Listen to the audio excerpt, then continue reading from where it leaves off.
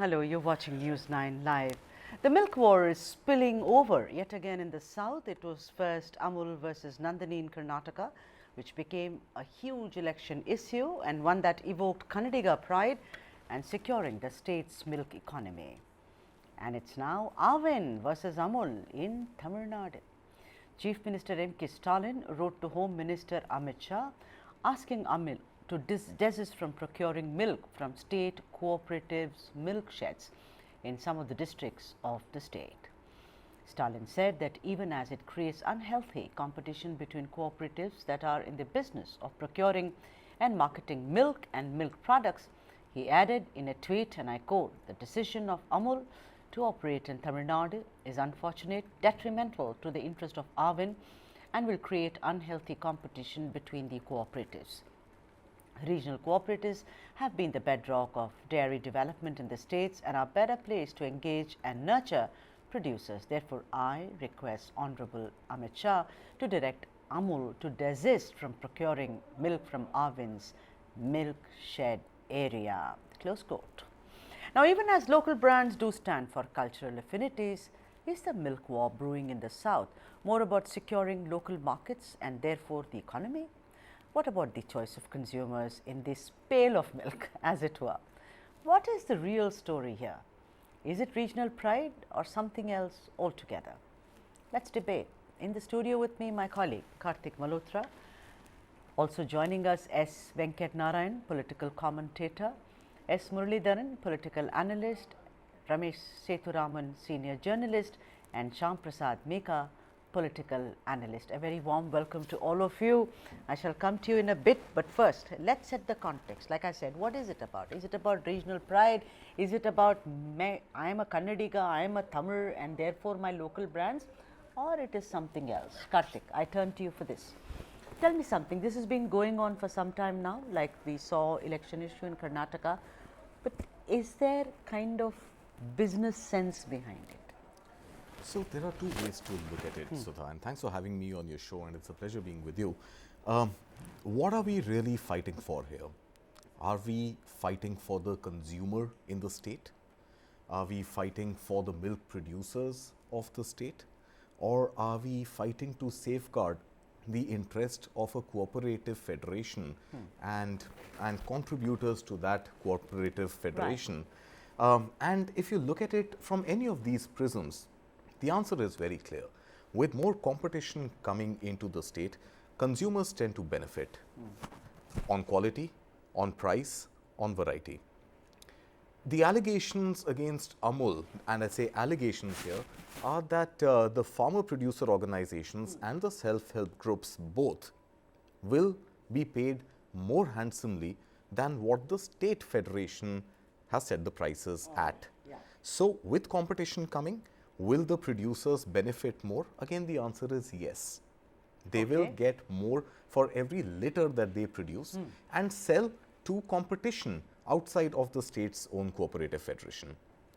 And number three, of course, the most important critical function here is, do we in the year 2023, 32 years after License Raj got eliminated, do we really need to, as a state, act on behalf of protecting the territory of the geographic territory and convert that into business territory and not let fair market practices enter? I don't think that is the 2023 that we should live in. Yeah, the License Raj and also liberalization, which was a great lesson, absolutely, where we said that, you know, we have to empower the consumers so that they have a wide variety of choice, and it's up to them. And I think a whole tale hangs in there, doesn't it, Karthik? Absolutely, absolutely. So, you know, again, if you look at why was License Raj done away with, you did not want the big brotherly treatment for your industries to thrive. You did not want them to be subservient to a ruling dispensation and work on their whims and fancies. You wanted more options for the consumer. Right. In the case of License Raj, you had international players coming in. Yes. And look at other dairy examples thriving in the country.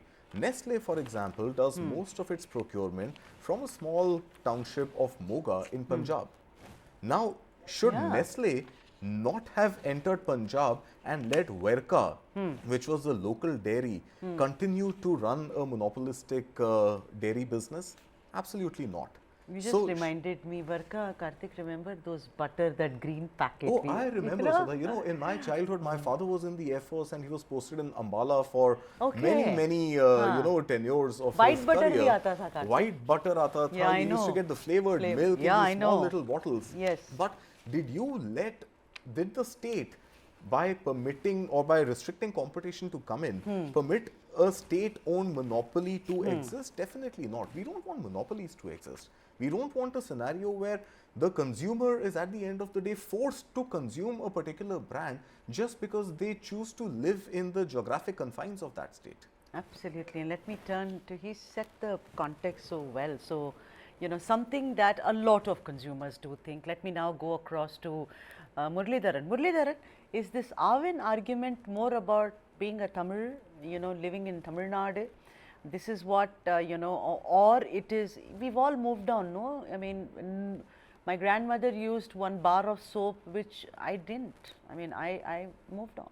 So, you know, this kind of complete loyalty to a brand is something which was stymied when, like Karthik, my colleague, said, you know, it was, license Raj was banned, and of course, later due liberalization. So, tell me, this whole Stalin, Amit Shah, you know, slugfest which is going on, is it around once again, you know, the Dravidian principles of Tamil first, anything else later?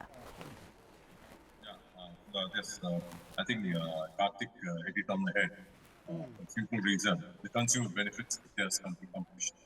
Now, I would go back when Mr. Stalin and the entire Dravidian forces opposed the word of dahi on top of an Aavin milk packet. Dahi. My argument was very clear. I said, if you are not going to, write dahi on top, your marketability in the northern states is going to be zero, because not everybody reads English out here.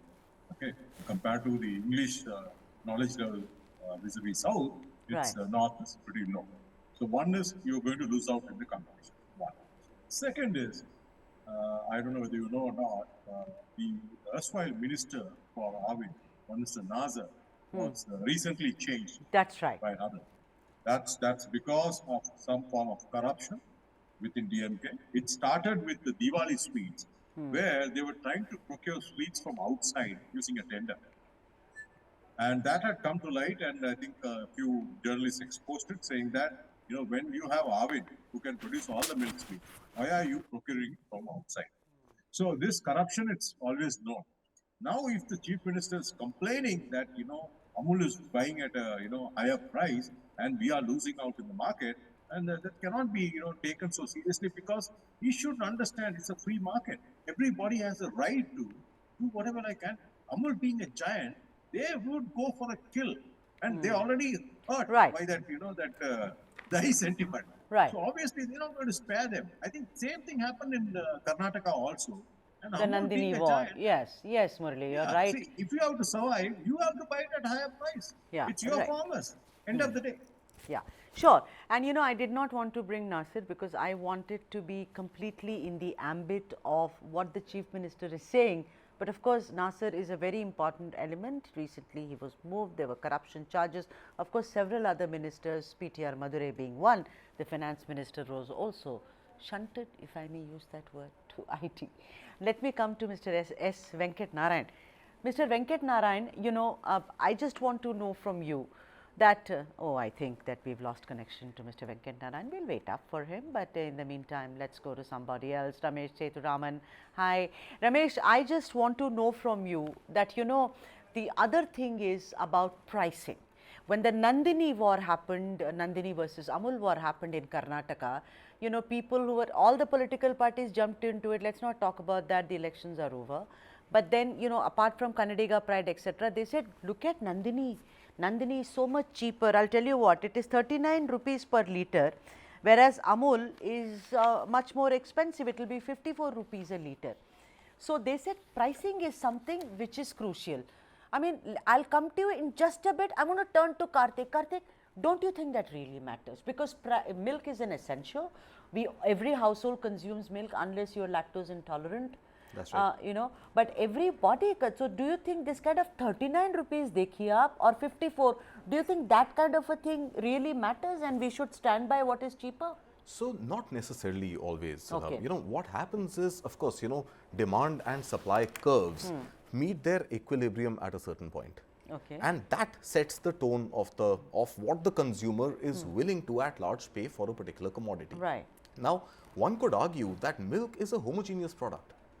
हाँ. Right. Yeah. You could very well say क्या फर्क पड़ता है अमूल का दूध या Nestle का दूध या नंदिनी का दूध या अवियन का दूध. It is coming from a cow. Yeah. The farmer who is processing the milk, the procurement process, all of that is the same. At a milk level, you will never be able to really differentiate which cow in which district of which state has produced that milk. But if a corporation or if an organization decides to price milk at a certain point, let the market tell them whether they are going to succeed or fail. Oh, you're right. If there is competition in the market, you also have epigamia, Greek yogurts in the market. You also have country delight, obnoxiously priced, but there is a market for them. There is a market for any product at any price. The number of takers will differ. I know. But does that mean that, again, does that mean we let a particular organization or a particular brand monopolize that market under the guise of, hey, as a state, we want to act in the interest of our populace and of our farmers, of our people. Or for farmers and prevent them from selling at a higher price to somebody who's coming from another state. Absolutely. And Ramesh, would you like to take that question?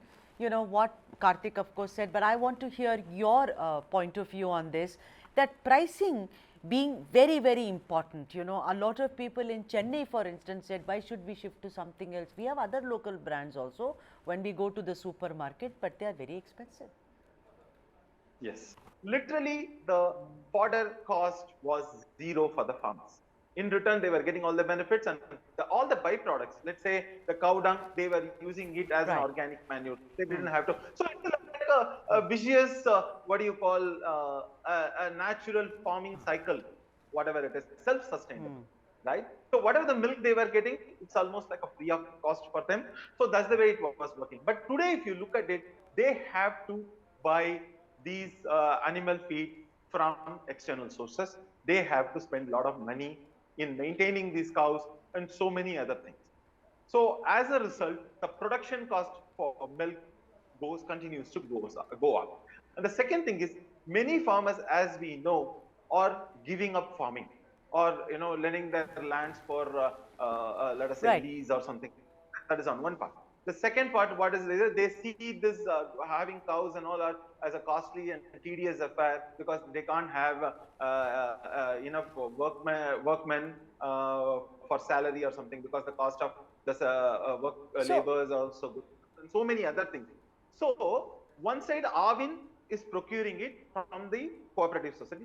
Not just Amul, please understand, even the private players are procuring it from these cooperative societies. It is unfair from the government side. Instead of them increasing production. What do you think this is? This is more about economics, as it were, because Karthik explained it so well, right? He said free market, we should have a choice. Someone, Ramesh said that, hey, listen, this is all politics. How do you look at it, considering you're from the Congress party? See, I look at it in a different way. I totally agree with what Karthik is saying. We need more competition. The producer need to get a better price and the consumer need to get a better quality and lower price. These interests, as long as they are taken care, I hate to support any government-driven license Raj. Okay, so that is the part. But look at what we are dealing here. These are generic principles. What we are dealing here is milk, right? Which is an essential commodity. We are proud of Amul and what it did. It transformed the milk consumption in the country. We are proud of that experiment. No question about it. But when you understand the milk thing, where will the cost difference, either to the producer or to the consumer, come from? Especially in the case of milk. Okay. It comes from the scale of economics, right? So if you increase the scale at which you operate, you have more leeway to reduce the cost or to make it more efficient. Otherwise, it is difficult. And second, so the cooperatives are actually there in place to support small farmers who in their home, they have a couple of cows, a couple of buffaloes, right? So these people are all associated as a cooperative and sell that's how the business runs. If the private sector, see, we can talk about the same language like a corporate honcho and say competition needs to be there. Yeah, we need to operate at a much higher scale and all. Okay, fine. Who is stopping you? The corporates can go and have their Right. huge cow farms and buffalo farms. Why are you running behind the small one or two buffaloes, right? There is a culture where it is essential and its availability.